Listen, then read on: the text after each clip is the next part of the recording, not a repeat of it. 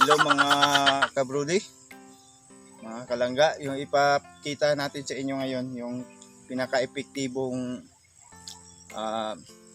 pangtaboy ng langaw na hindi talaga makalapit yung langaw sa sugat ay ito yun.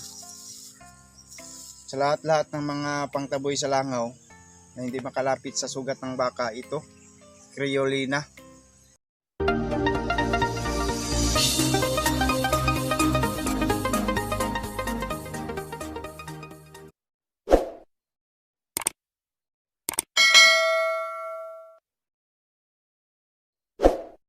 Happy morning sa inyo mga kabrudi, sa mga babaeng viewers natin dyan.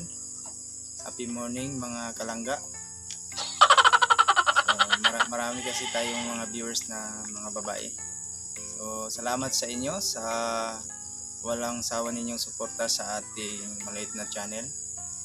Sana samahan nyo kami ngayon dahil magpamerienda tayo ng mga alagang kambing sa ngayon. Okay mga kabrudi, mga kalangga.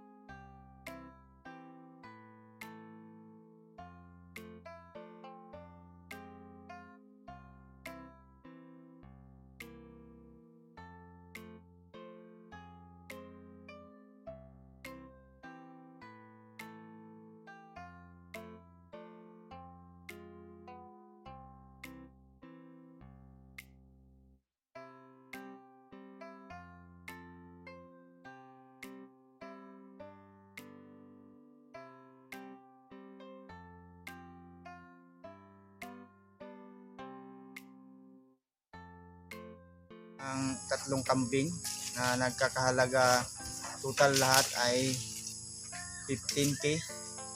So just in 1 week lang yun, nabenta namin yun. So marami pang naghanap dahil short tayo sa kambing. So wala na kaming naibigay kasi halos ito puro mga babae na. So yun ang update natin. So nakabenta tayo ng 15k sa isang, just for 1 week lang yun. So natira, ito na lang yung natira natin, puro halos buntis ito.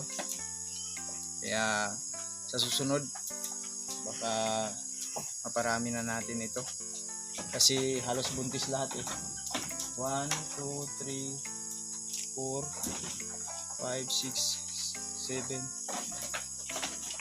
2, 3, 4, 5, 6, pito ang buntis at saka yung matanda na kambing na native, yun lang ang hindi pa buntis. So yun lang ang ating update sa ating mga alagang kambing. Magbihis muna ako kasi sobrang init doon sa pastuhan. Kaya kailangan kong mag-jacket. Yan mga kalangga, mga kabuli.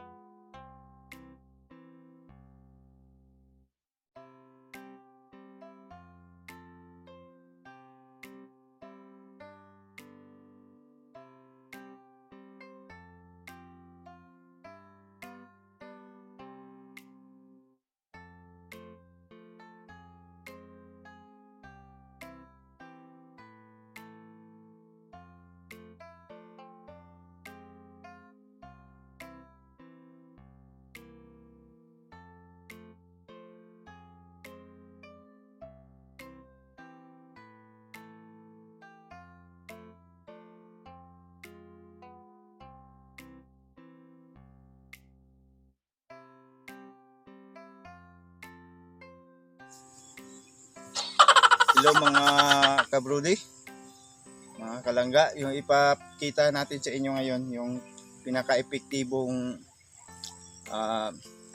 pangtaboy ng langaw na hindi talaga makalapit yung langaw sa sugat ay ito yun. Sa lahat-lahat ng mga pangtaboy sa langaw na hindi makalapit sa sugat ng baka, ito, Creolina. Ilagay nyo lang sa gapas, tsaka ihidhid sa yan. Subukan natin. Ihidhid mo yan sa sugat ng baka. Sa ganun ang baka ay hindi makalapit yung mga langaw. So subukan natin.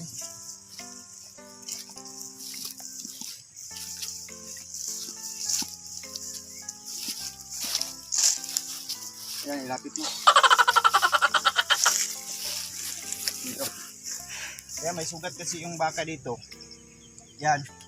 Ito yung bayabas, dahon ng bayabas. Tudlot. Tudlot sa bayabas. Yan. Dito ko ilalagay yan. Yan.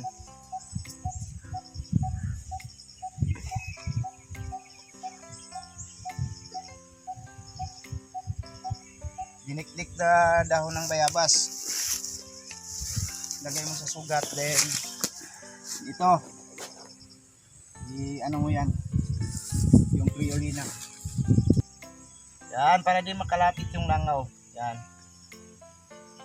Kasi ang langaw ay nagdadala ng bakterya sa sugat ng baka. Ayan. Ayan.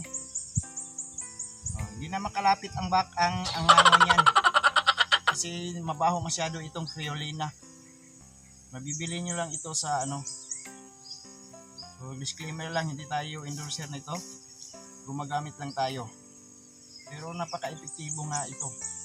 Hindi makalapit yung langaw. Ayan. Sa mga baka na may sugat, ito lang yung ipahid natin para hindi makalapit yung mga nagdadala ng bakterya sa mga sugat ng baka. Okay? Tuan niyo yung video natin. Paki-subscribe naman. At saka pindutin nyo yung bell button para lagi kayong updated sa bago nating video. So, maraming salamat sa inyo, sa inyong suporta. Sana samahan nyo kami sa bawat video namin. Thank you.